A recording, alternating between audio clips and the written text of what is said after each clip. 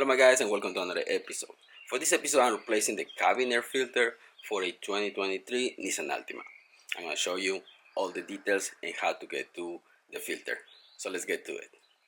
To get to the cabin air filter you have to remove this cover. Then you have 3 screws right here and 2 screws on the bottom. One there and the other one right there.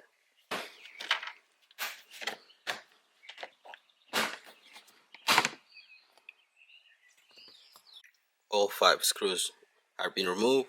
Now just pull on your glove box.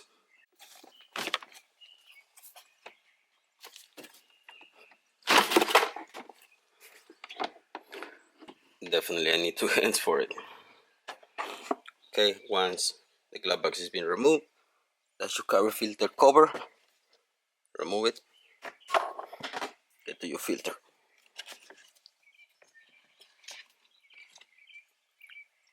Arrow is facing down and this filter is nasty. Grab your new one.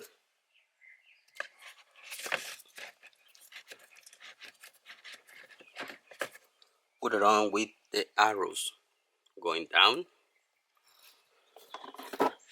Grab your cover. Close it. And now you can repeat the process with the glove box. Put it back on, put the screws and that cover.